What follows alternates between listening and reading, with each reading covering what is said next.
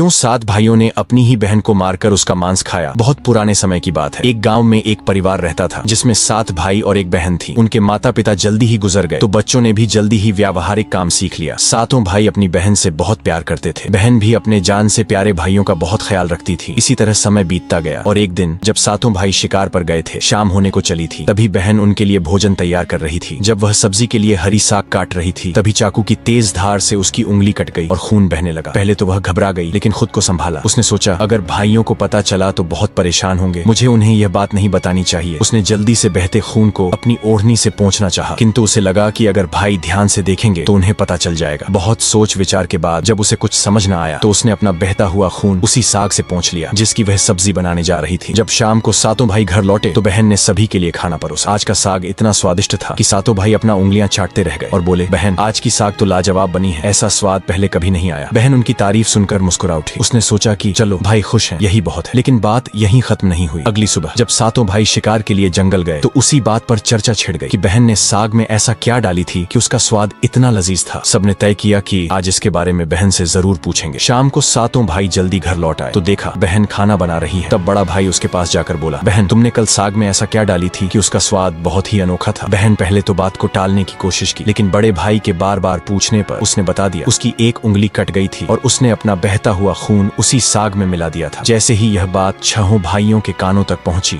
तो मानो उनके चेहरे के भाव ही बदल गए। शाम को जब 7 भाई एक साथ बैठे थे तो बड़ा भाई बाकी भाइयों से कहने लगा, सोचो जब बहन के खून की चंद बूंदें इतनी स्वादिष्ट हैं तो उसका मांस कितना स्वादिष्ट होगा। बाकी भाई भी इस क्रूर विचार पर सहमति जताते हुए बोला, हाँ अवश्य ही बहन का मांस बहुत ही स्वादिष्ट होगा। अब 6 भाइयों को बहन का मांस खाने की लालसा जाग उठी, परंतु सबसे छोटे भाई को यह सुनकर गहरी बेचैनी हुई। उसने सोचा कैसे हो सकता है कि कोई अपनों के साथ इतना भयानक विचार करे। तभी बड़ा भाई बोला, कल ही हम लोग बहन को शादी का झांसा देकर जंगल ले जाएंगे और तीर मारकर उसको मार डालेंगे, फिर उसका स्वादिष्ट मांस खाएंगे। सभी भाइयों ने हामी भरते हुए बड़े भाई की बात मान ली, लेकिन छोटा भाई अपने भाइयों की बातें सुनकर बहुत परेशान होने लगा। वह अपनी प्यारी बहन को बचाने के लिए बेचैन सा हो गया। वह खुलकर इसका विरोध नहीं कर सकता था क्योंकि 6 भाई एक तरफ थे। अगले दिन बड़े भाई ने बहन को बड़े प्रेम से बुलाया, प्यारी बहन तुम अब शादी के लायक हो गई हो। हमने तुम्हारे लिए एक बहुत ही सुंदर और योग्य वर खोज लिया है। आज हम तुम्हें उसका घर दिखाने ले चलेंगे, तुम तैयार हो जाओ। बहन यह सुनकर बहुत खुश हुई। आखिरकार वह भी अपना घर परिवार बसाने का सपना देख रही थी। वह उत्साह से तैयार हुई और अपने भाइयों के साथ चल पड़ी। रास्ते भर बहन खुश थी, लेकिन इतनी दूर तक चलने के कारण बहन पूरी तरह से थक चुकी थी। तब उसने बड़े भाई से पूछा, भैया मेरा ससुराल अब कितना दूर है। बड़ा भाई मुस्कुराया और सामने की तरफ इशारा करते हुए बोला, देखो वह रहा तुम्हारा ससुराल, वहाँ तुम रानी की तरह राज करोगी। बहन यह सुनकर बहुत खुश हुई और उत्साह से आगे की ओर बढ़ने लगी। लेकिन जैसे वह थोड़ा आगे बढ़ी ही थी कि अचानक उसके सभी भाइयों ने उसे पकड़ लिया। बहन कुछ समझ पाती उससे पहले ही भाइयों ने उसे पेड़ से बांध दिया। भैया ये क्या कर रहे हो, उसने घबरा कर पूछा, पर उसके भाइयों के चेहरे पर अब किसी प्रकार की दया या प्रेम नहीं था। बड़े भाई ने आदेश दिया, इसे कसकर बांध दो। अपने सभी भाइयों को हत्यारे के रूप में देखकर बहन का हृदय दहल उठा। वह फूट फूट कर रोने लगी और भगवान को याद करते हुए कहने लगी, हे भगवान मेरे अपने ही भाई मेरी हत्या करना चाहते हैं, क्या इनमें से कोई भी मेरे लिए दया या प्रेम नहीं रखता। उसकी बातें सुनकर छोटे भाई की आंखें भर आईं। उसका हृदय कांप उठा, लेकिन 6 भाइयों के खिलाफ जाने की हिम्मत उसमें नहीं था। बहन को बांधने के बाद बड़े भाई ने सबको बारी बारी से उस पर बाण से प्रहार करने का आदेश दिया। बड़ा भाई अपनी बहन पर पहला तीर चलाने ही वाला था, तभी बहन भाई के सामने करुण स्वर में गाना शुरू कर दी, मारो मारो भैया, छाती में लक्ष्य करके भैया, छाती में लक्ष्य करके, तुम्हारा तीर जंगल को जाएगा भैया। बड़े भाई ने कठोरता से तीर चलाया,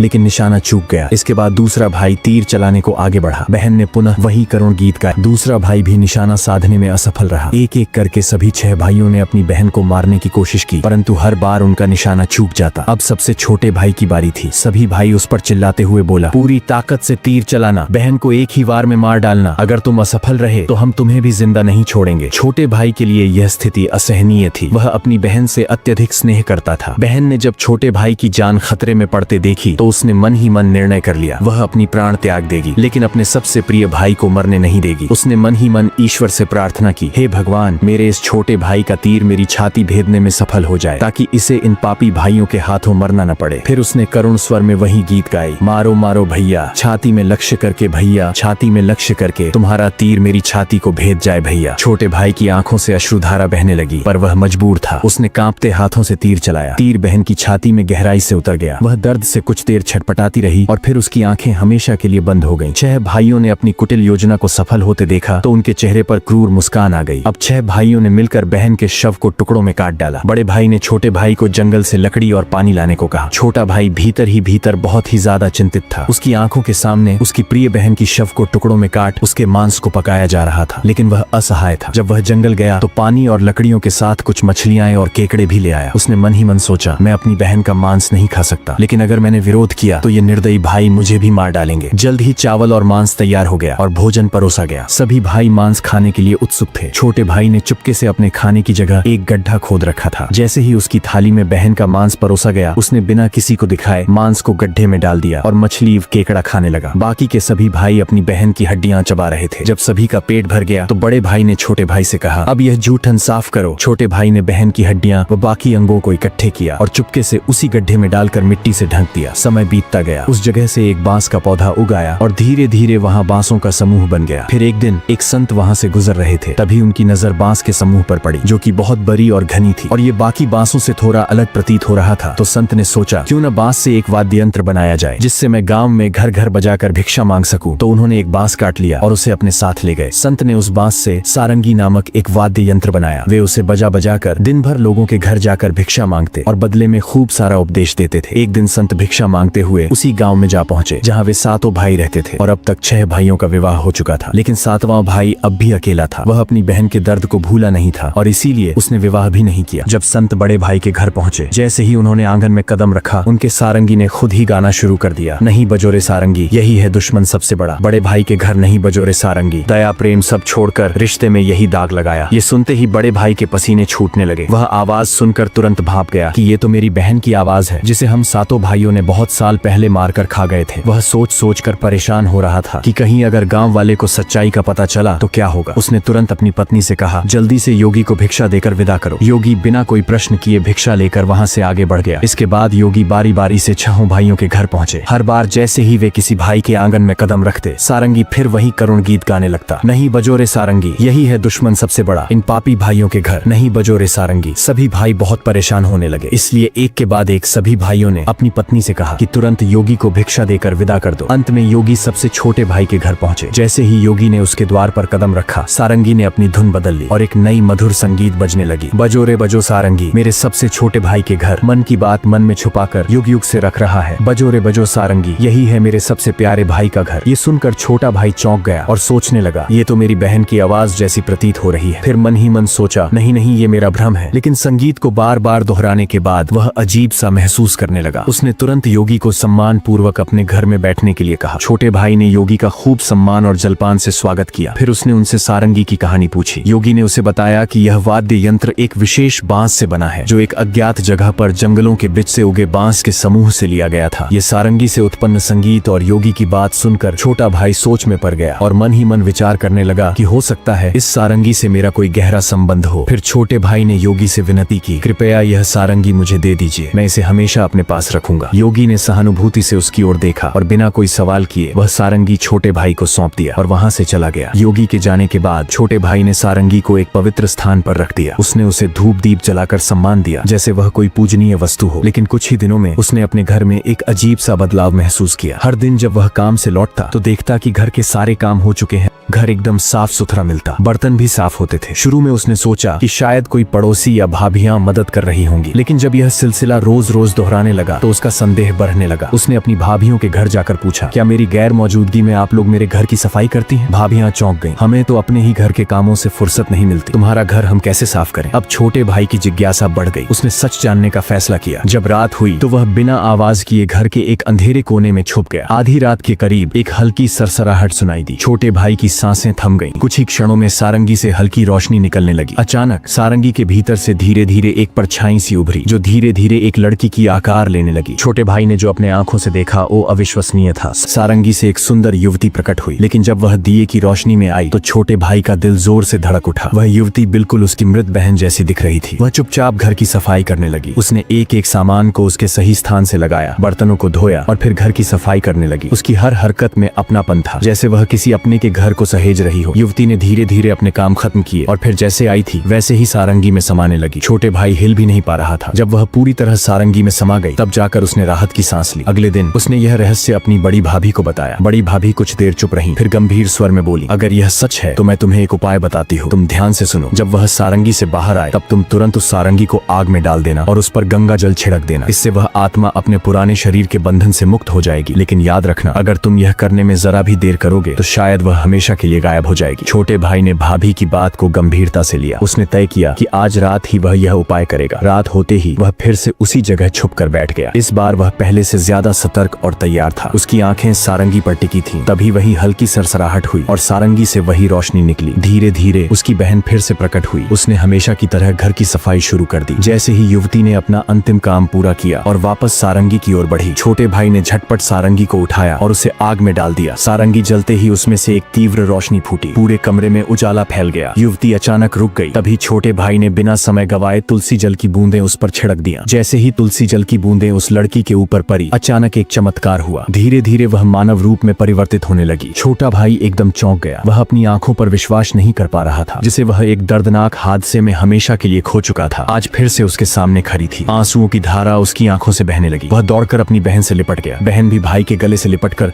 जोर जोर से रो पड़ी। दोनों एक दूसरे को देखकर फुट फुट कर रो रहे थे। छोटे भाई ने अपनी बहन का हाथ थाम लिया, जैसे वह कभी उसे दोबारा खोना नहीं चाहता था। लेकिन कहानी यहीं खत्म नहीं हुई। छोटे भाई ने तय किया कि वह अपने 6 भाइयों को उनके पापों का एहसास कराएगा। छोटे भाई ने पूरे गांव वाले को इकट्ठा किया। उसके चेहरे पर दर्द और आंखों से आंसुओं की धारा बह रही थी। उसने कांपती आवाज में कहना शुरू किया, आज मैं आप सभी को एक बहुत बड़ा सच बताने जा रहा हूँ। एक ऐसा सच जिसे सुनकर आपके रोंगटे खड़े हो जाएंगे और आपको अपने ही परिवार से भरोसा उठने लगेंगे कि कोई अपनों के साथ भी ऐसा कर सकता है। लेकिन मैं ऊपर वाले से यही दुआ करता हूँ कि ऐसा किसी के साथ न हो। फिर छोटे भाई ने बताना आरंभ किया, मेरी बहन जो वर्षों पहले मर चुकी थी, उसकी मौत कोई हादसा नहीं थी, बल्कि मेरे अपने ही 6 भाइयों ने उसे शादी का झांसा देकर जंगल में ले गया और मेरे ही हाथों बहन की हत्या करवा दिया। इतना ही नहीं, उन्होंने उसके शव को टुकड़े कर उसके मांस को पकाकर खा भी लिया। इतना सुनते ही गांव वाले की सांसें थम सी गईं। फिर छोटा भाई बोला, लेकिन पता नहीं ये ईश्वर का कैसा चमत्कार है। मेरी बहन जो वर्षों पहले इस हादसे का शिकार हुई थी, वो आज भी हम लोगों के बीच बिल्कुल सही सलामत खड़ी है। इतना बोलकर छोटे भाई ने अपनी बहन को आवाज दिया, आओ बहन, सबके सामने आओ। बहन धीरे धीरे आगे बढ़ी। जब वह सबके सामने आई तो उसे देखकर सभी की आंखें फटी की फटी रह गई। किसी को भी अपने आंखों पर यकीन ही नहीं हो रहा था कि जो लड़की वर्षों पहले मर चुकी थी, वो आज उन सबके सामने खड़ी है, बिल्कुल वैसे ही जैसे पहले थी। किसी को भी इस चमत्कार पर भरोसा नहीं हो रहा था, लेकिन सच तो यही था कि उसका पुनर्जन्म हुआ है। गांव वालों को छोटे भाई की बातें सुनकर और उसकी बहन पर हुई अत्याचार को देखकर सभी की आंखें नम हो गईं। बहन की पुनर्जन्म की बात जब 6 भाइयों तक पहुंची तो मानो जैसे उनके पैरों तले जमीन सी खिसक गई हो। इधर गांव वाले आपस में बात कर रहे थे कि इन दरिंदों को समाज में रहने का कोई अधिकार नहीं, जो अपनी ही बहन को मारकर खा सकते हैं। वो गांव भला इन राक्षसों से कैसे सुरक्षित रहेगा? हमें अभी इन राक्षसों को गांव से बाहर कर देना चाहिए। अब लोगों का गुस्सा 7वें आसमान पर था। गांव के बड़े बुजुर्गों ने विचार किया कि हमें इन पापियों को सजा देना ही होगा। अगर आज इन्हें छोड़ दिया गया तो पता नहीं आए दिन ये किसके लिए कब और कैसी मुसीबत बन जाए। तभी बड़े बुजुर्गों का आदेश पाकर गांव के कुछ लोग 6 भाइयों के घर गए और उनको घसीटते हुए सभी के सामने ले आए। डर के मारे सभी भाइयों की हालत बहुत ज्यादा खराब हो चुकी थी। अब गांव वालों ने फैसला सुनाया कि इन दुराचारियों को लाठियों और डंडों से पीटते हुए गांव की सीमा तक छोड़ा और याद रहे, आज के बाद ये कभी भी इस गांव में दिखाई नहीं देने चाहिए। इतना सुनते ही 6 भाई गांव वालों के सामने गिड़गिड़ाकर अपने जिंदगी की भीख मांगने लगे। लेकिन उनकी काली करतूतों को जानकर किसी को भी उन पर दया नहीं आई। यहाँ तक कि उनकी पत्नियां भी उनकी घिनौनी हरकतों को जानकर उनको हमेशा के लिए छोड़कर अपने मायके चली गई। इधर लोगों की आंखों में गुस्से की ज्वाला भड़क रही थी। अब 6 भाइयों को लग रहा था कि आज उनके जिंदगी का आखिरी पल है और अब उन्हें बचाने के लिए कोई आगे नहीं आएगा। ये सब सोचकर उनका रो रो कर बुरा हाल हो गया था। लेकिन तभी उनकी ऐसी दुर्दशा और बेबस हालत को देखकर बहन से रहा नहीं गया और उनको बचाने के लिए आगे आई और रोते हुए गांव वालों से बोली, मैं मानती हूँ कि मेरे भाइयों की गलती माफी के लायक नहीं है, लेकिन है तो ये मेरे अपने ही भाई। इन्हें अपनी गलती का एहसास हो चुका है। मैं आप सभी से हाथ जोड़कर विनती करती हूँ कि इन्हें अपनी गलतियों को सुधारने का एक मौका दीजिए। वह बार बार रोते हुए गांव वालों से मिन्नतें कर रही थी। ये सब देखकर 6 भाइयों का हृदय कांप उठा। वे आपस में एक दूसरे से कहने लगे कि जिस बहन के ऊपर हम लोगों ने इतना अत्याचार किया, आज वही हमें बचाने के लिए सामने खड़ी है। उन्हें अपनी गलतियों पर गहरा पछतावा होने लगा और वे फूट फूट कर रोने लगे। बहन का अपने भाइयों के प्रति प्रेम और क्षमा भाव को देखकर गांव वाले का हृदय भी पिघल गया। उन्होंने भाइयों को माफ कर दिया। भाई को माफ होते देख बहन बहुत खुश हुई और उनके पास गई। तभी सभी भाई रोते हुए बहन के सामने हाथ जोड़कर अपने किए की माफी मांग रहे थे और अपने गलतियों को कोस रहे थे। बहन से अपने भाइयों की आंखों में आंसू देखी नहीं गई और वह खुशी खुशी अपने भाइयों को माफ कर दी। सभी भाई बहन से लिपट कर रो पड़े। ये सब देखकर गांव वालों के भी आंखों में आंसू झलक आए। अब सभी भाई बहन को लेकर अपने घर को लौट गए। अब सभी भाई अपनी बहन से अत्यधिक स्नेह करने लगे और पहले से भी ज्यादा अपनी बहन का ख्याल रखने लगे। वे हंसी खुशी अपनी जिंदगी बिताने लगे। अब ये कहानी यहीं पर समाप्त होती है। आप लोग बताइए कि ये कहानी आपको कैसी लगी, और ऐसी ही लोक कथाएं सुनने के लिए हमारे चैनल राइजिंग वर्ड्स को सब्सक्राइब जरूर करें। मिलते हैं अगली वीडियो में।